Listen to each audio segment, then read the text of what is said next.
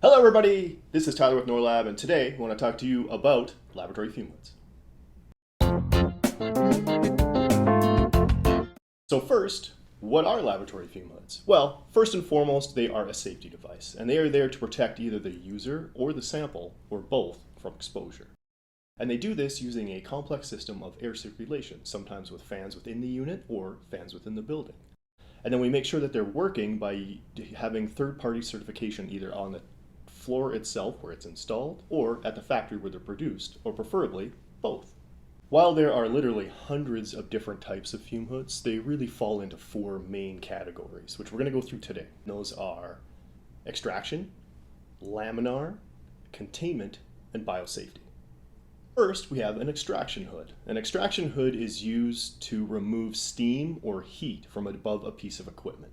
Generally, they don't have any sides or fronts, and they kind of hang from the ceiling. They're rectangular and should not be used to collect anything other than steam or heat, because they can't be guaranteed to have a capture. So vapors or chemicals should never be used. A good example of these are the things that you see in restaurants, which are also kind of used in labs instead of a piece of equipment, or extraction arms.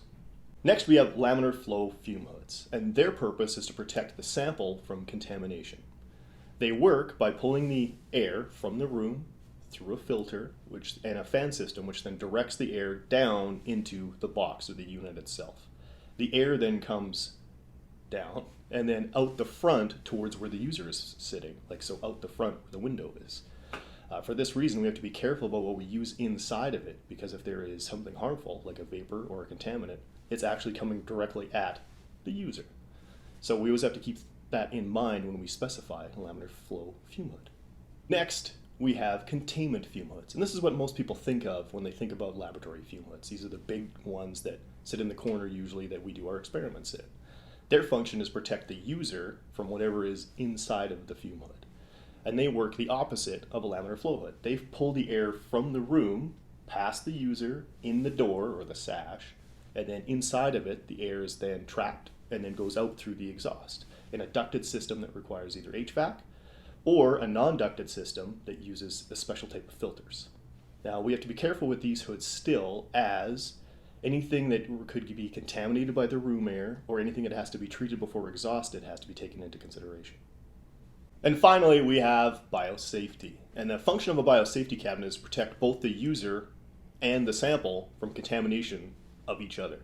And they do this by using HEPA filters and a very complex system of air patterns inside of the hoods.